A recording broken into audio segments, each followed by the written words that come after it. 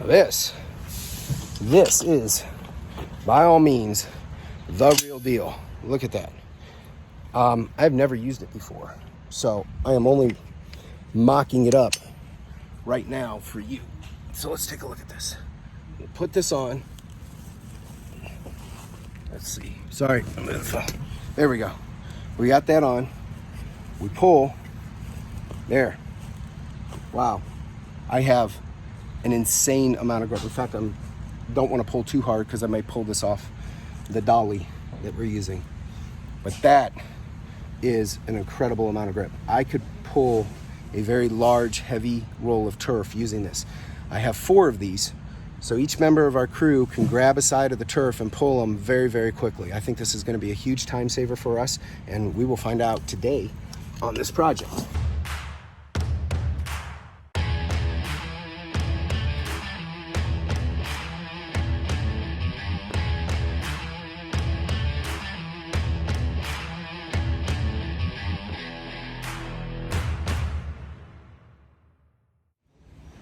All right, good afternoon, everybody. This is Phil with Sarros Landscaping, and today I'm going to take you on a walkthrough of a brand new artificial turf project that we're about to get started with. Let's go take a look.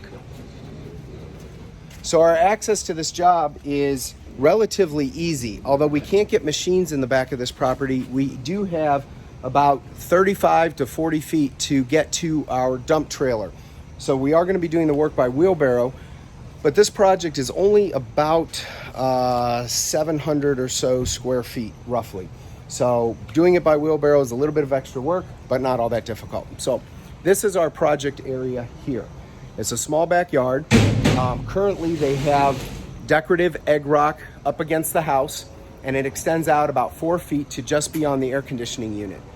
In our new plan, we're going to be bringing this decorative rock closer to the house, about 2 feet off of the house, which really represents about the back of that air conditioning unit. Then what we're going to do is take this is called a ruble stone. This is a stone that you can find at most stone yards right here. This is called a ruble stone. They come in different lengths, usually a standard thickness of about 5-6 inches or so. And they're great stones for outlining and bordering beds, and in this case, up against artificial turf.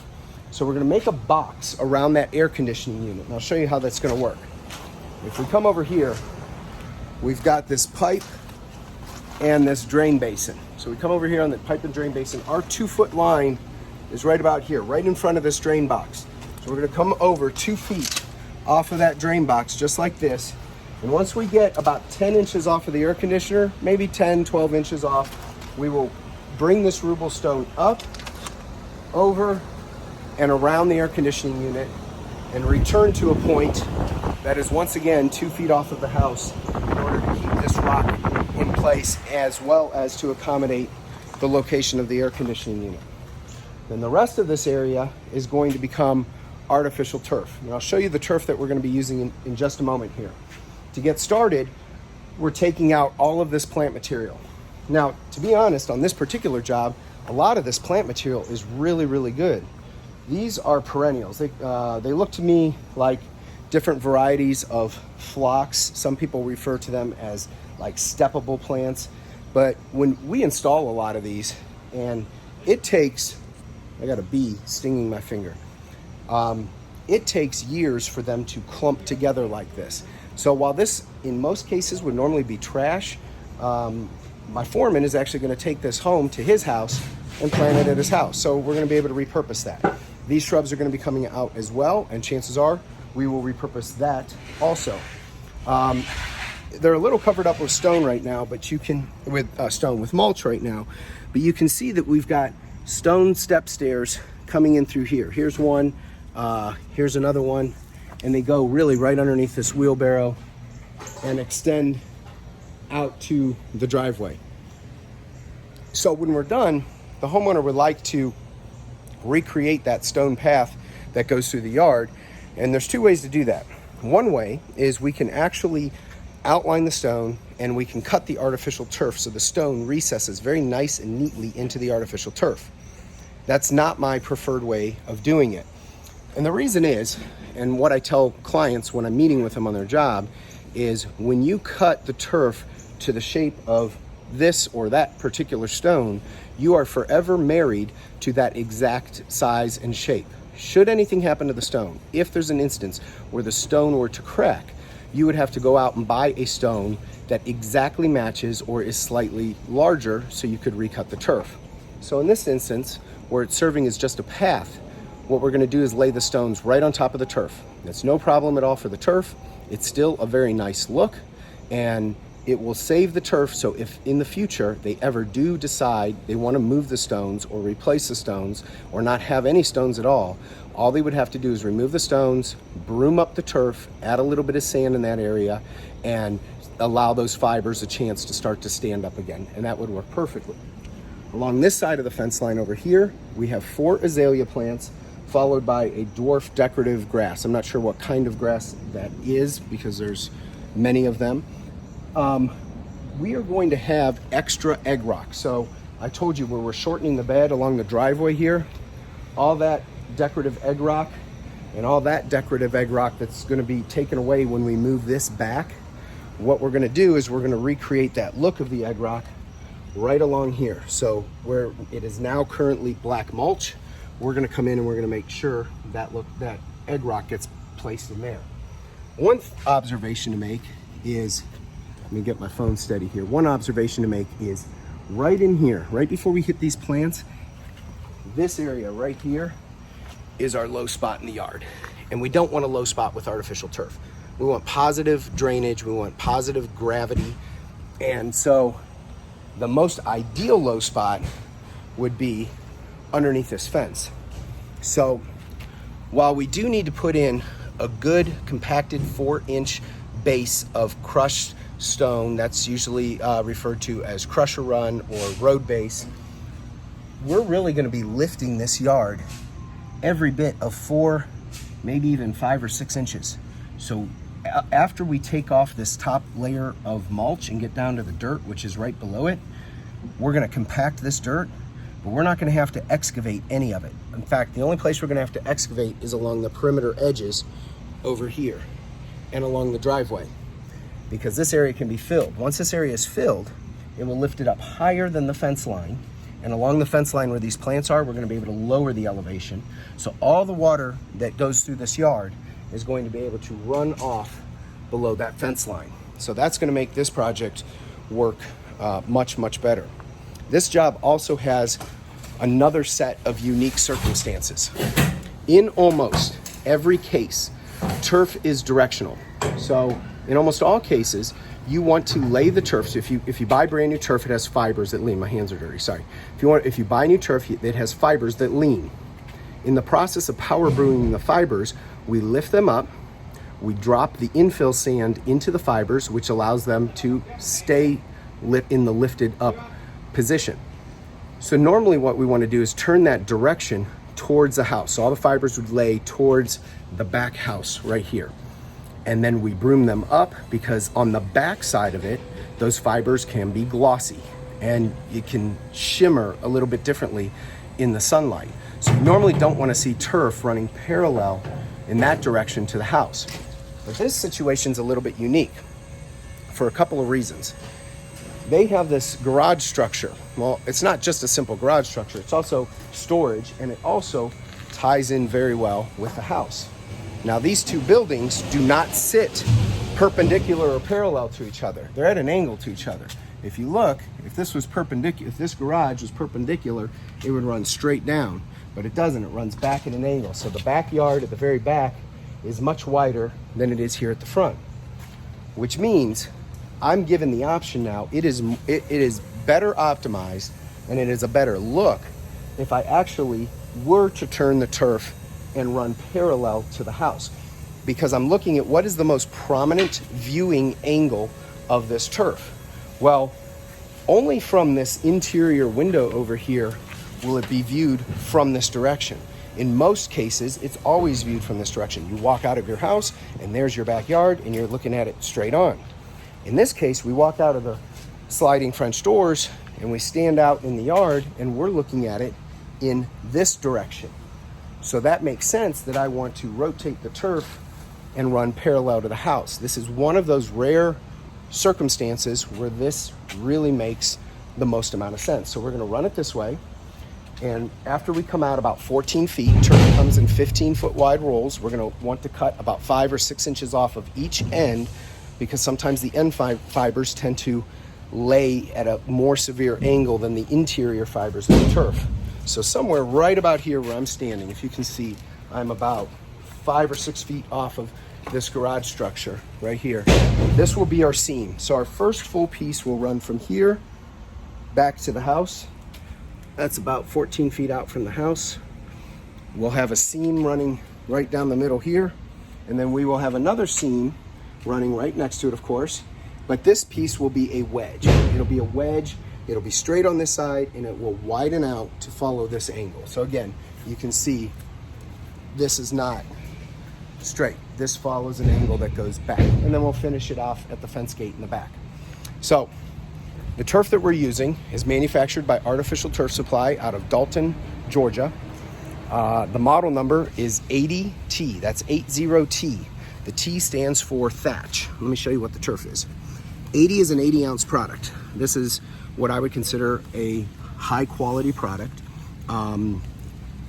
This has 3 turf fibers in it. So if I can get really close and steady, let's see if I'm capable of doing steady, because I know sometimes I take a little heat for shaky videos. Right here, you may or may not be able to see, there is a dark green fiber, and there is a light green fiber, and there is a third brown fiber right here. See that brown fiber? Oh, just shot onto the screen. There's a brown fiber right there. So you can see in the grass, these are the brown fibers. Those brown fibers are there to mimic the look of thatch. There are turfs that are sold with strictly green fibers, and they look absolutely beautiful. You would see them in resort areas, you would see them in country clubs, you'd see them in super high-end developments.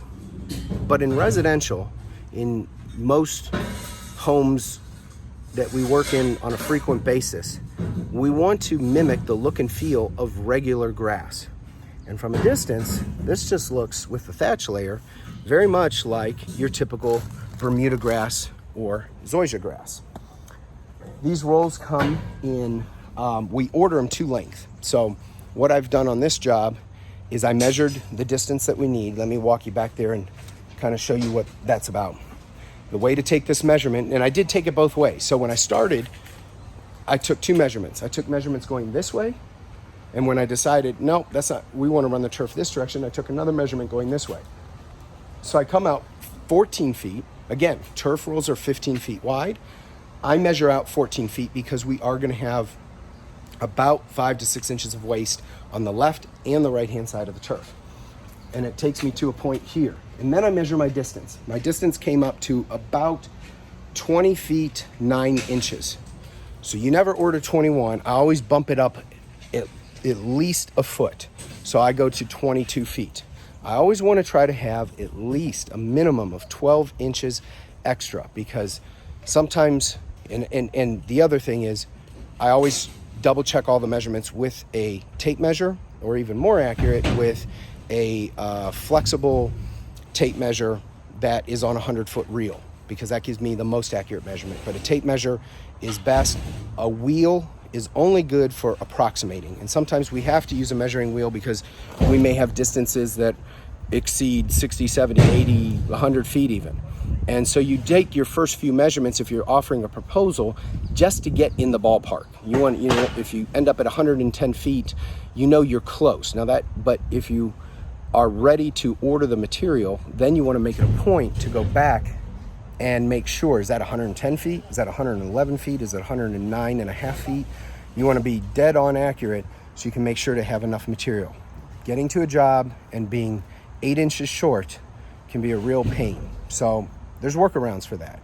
But if you can avoid being in that position, that would be best. Let me tell you just a little bit about turf. Here's how the turf comes. It comes with this edge banding on it. And with this edge banding, what happens is these fibers that are on the edge get really, really compressed and flat. The fibers that are in the middle here, if you can see, I've folded this out. So these are the fibers on the edge. These tend to fold out and hang out more. These fibers that are deeper in the middle, these are standing almost straight up. So by cutting off and removing a portion of this, and actually removing it over here, here's a better example, because this is the edge banding. So the edge banding here, you can see how compressed these fibers are for the first, well, really 4 inches.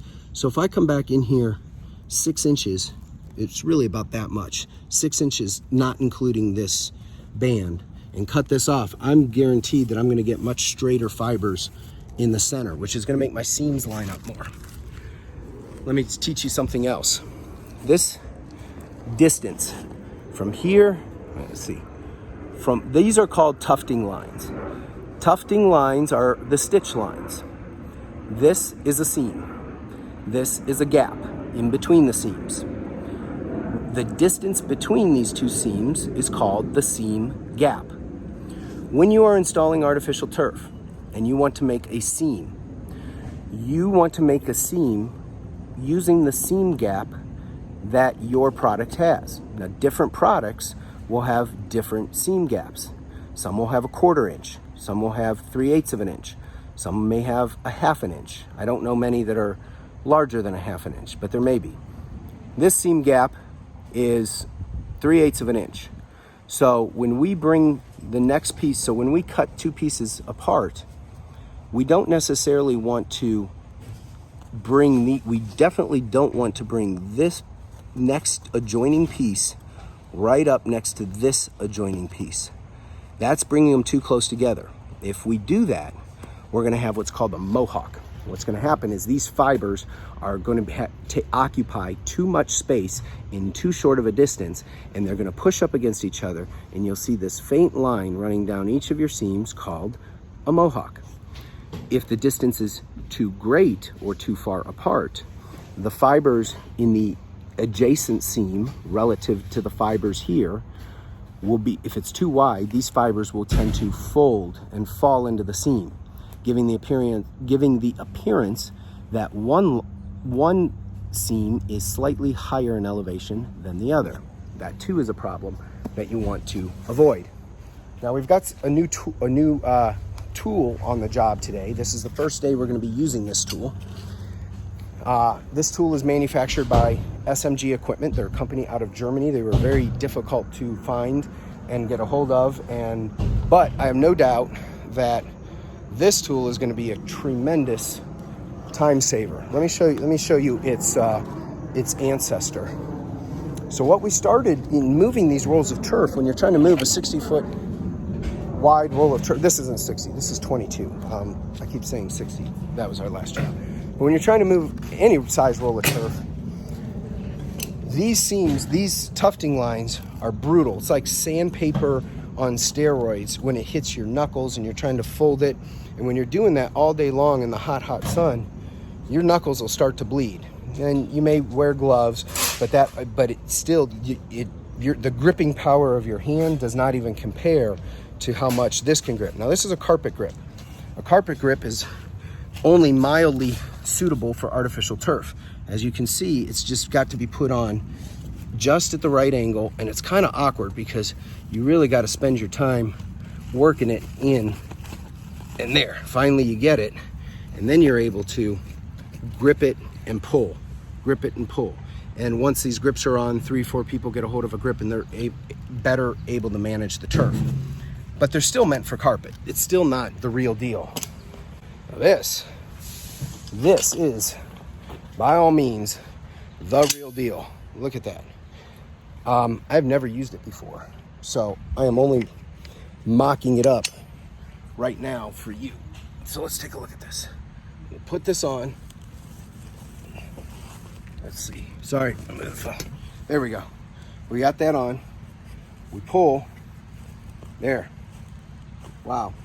I have an insane amount of grip. In fact, I don't want to pull too hard because I might pull this off the dolly that we're using. But that is an incredible amount of grip. I could pull a very large, heavy roll of turf using this. I have 4 of these, so each member of our crew can grab a side of the turf and pull them very, very quickly. I think this is going to be a huge time saver for us, and we will find out today on this project. How are we moving these rolls of turf around? Well, for many years when we did turf, we would unload the turf from the trucking company when it got delivered, and we get everybody on our crew out there, and we'd push it out the back of the truck, and sort of all of us lined up, putting a piece of the turf on our shoulders, we would walk it. And this job isn't too hard, but there's projects we have to walk 200-300 feet into a backyard, sometimes uphill, sometimes carrying rolls that are 60, 70, 80, 100 feet long. A roll that is 60 feet long will probably weigh somewhere in the neighborhood of around maybe 350 pounds. It's a lot of weight to move. So we bought a tree dolly. That is what we have right here. It's actually not a tree dolly, I'm sorry, it's a carpet dolly. This is a carpet dolly. Now this makes our life a whole lot easier. We took it one step further. I don't have it on this job because this is, again, a very small job. We're just using 2 rolls of turf. But when we do larger projects, I have a 12-foot carpet pole that attaches to our skid steer as well as our Vermeer mini skid steer. And that carpet pole is a monster. It will move as large a roll as we can put on it. Fair warning though, if you do get a carpet pole, it's really, really long. When you're trying to rotate your machine around, you've got a 8-foot long machine and then you add 12 foot on the carpet pole, you have a 20-foot thing and essentially a 20-foot javelin that you're moving around. And we have had a few tree limbs get hit and came really close to a couple of mailboxes, and luckily nobody's head has gotten lopped off yet. But you have to be very mindful and have a good operator in place that can use that and maneuver that.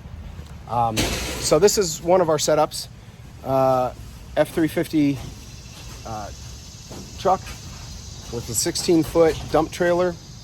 This 16-foot dump trailer is great for hauling around rolls of artificial turf. We use it a lot for trash and debris removal, for bringing mulch and miscellaneous materials to the job site.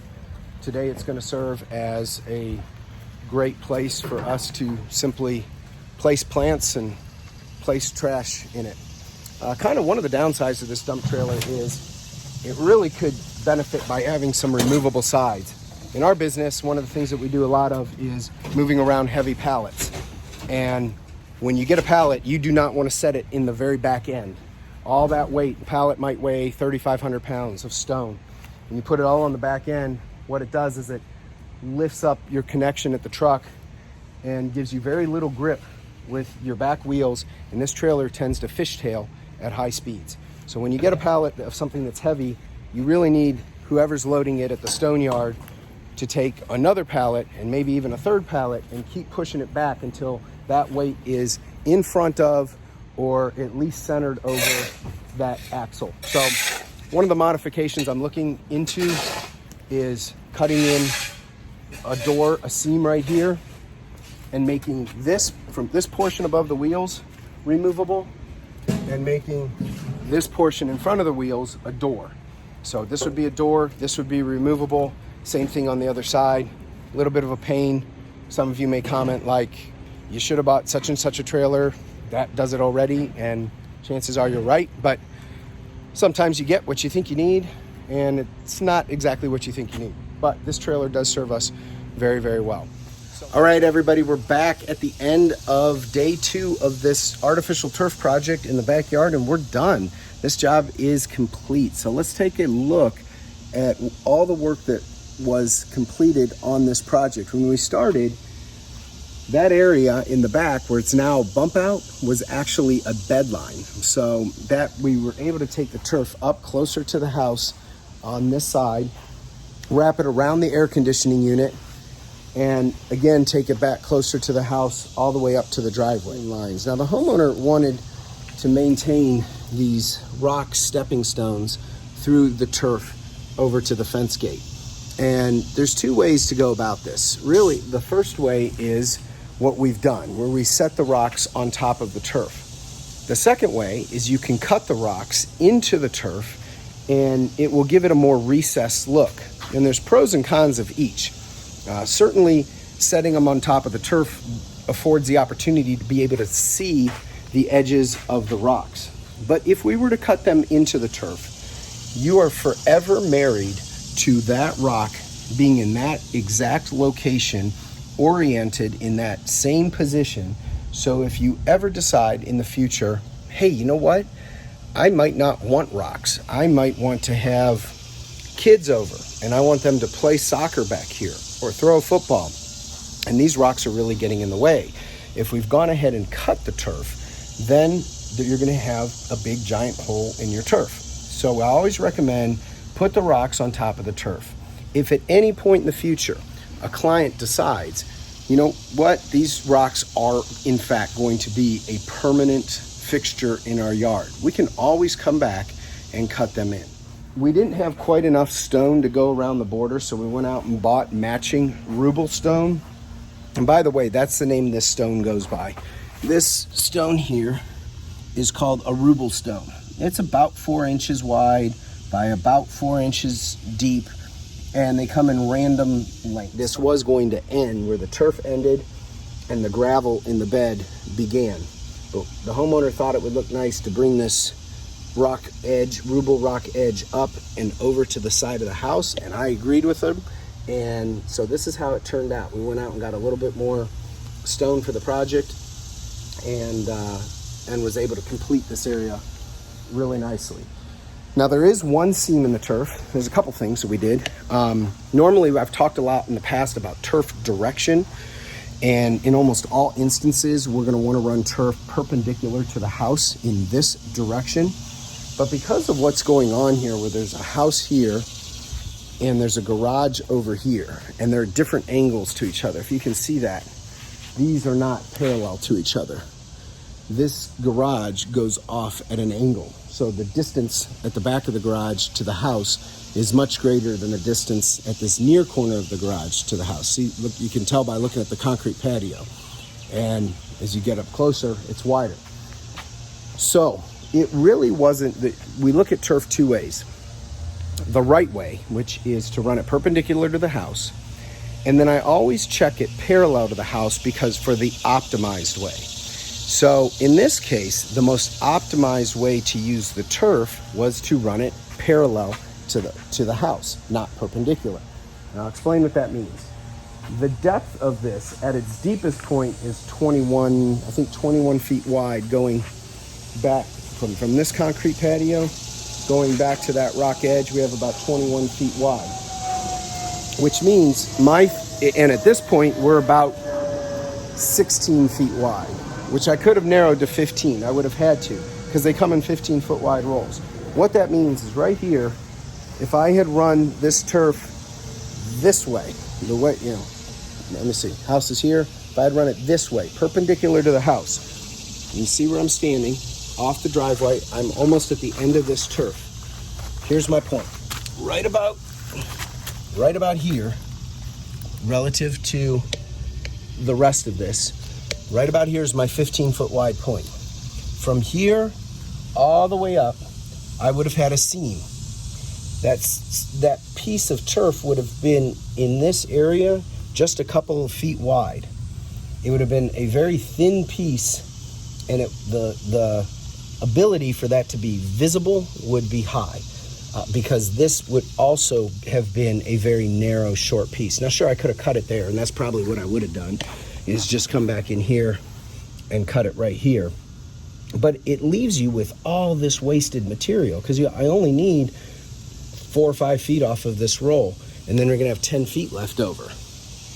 However, by turning the turf this way, it accomplishes two things. One, I would argue that, and the reason we turn it perpendicular to the house is because that's the most visible way that you see the turf. That's the viewing angle. But I would argue in this case, where you come out of the house, you step onto this nice large patio area, and then here's the garage. This is where the client is spending most of their time. So I would argue that this angle is actually the more viewed and or viewable angle. Now, you're going to have a really tough time looking at this and finding out where there is a seam, but I'll show you. If I come over here, my seam is along this line. It runs right along here. You may or may not be able to pick that up on the camera. It's faint. The homeowner can't see it. In doing that, I get to order the length of roll. Now instead, this is my 15-foot wide dimension, and I'm ordering it about 20 feet long. In the other instance, I was ordering a 15. Now my distance from here to the far corner is about 27 feet. So in the other instance, I would have had to order 2 rolls. One that is 15, or both rolls that are 15 by 27 feet long. In this instance, when I run it this way, I had to order 2 rolls. One is 18 feet long, and the other one is 23 feet long. So do you see how the math of that works? 2 rolls at 15 by 27, I'm not going to do it here in my head, is more square footage than an 18-foot roll and a 22-foot roll, 22-foot roll. So I use less of the material. Still, if I'm looking at like a decision criteria tree, I would say this.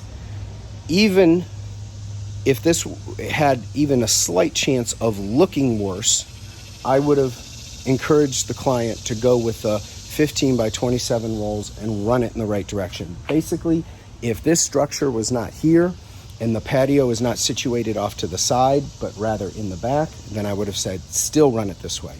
But in this case, it just happened to work out perfectly, where we could not only save money on material, we could also lay it in the direction that is most optimized from the viewer's perspective. So with that, this is our completed artificial turf backyard. It's a smaller job, probably about 550 square feet.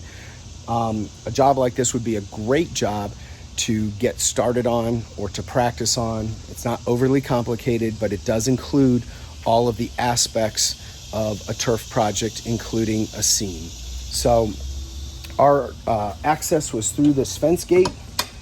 I think you saw a lot of this on day 1 of the project. We came in and out through this fence gate, accessed everything back here. And with that, our artificial turf project is complete. Hope you enjoyed the video. Be sure to like the video so you can see more videos just like this. Hit the notification bell. That way you will be notified whenever we come out with a brand new video. And subscribe to the channel. We could use subscribers. So get that subscribership up. Look forward to seeing you in our next video. Have a great day. 500 square foot artificial turf project that we just finished for a client of ours. Look how beautiful this job turns out. This is beautiful, gorgeous artificial turf. Makes you just want to kind of roll around and kick a soccer ball, lay down, relax, because you do not have to worry about maintaining this project.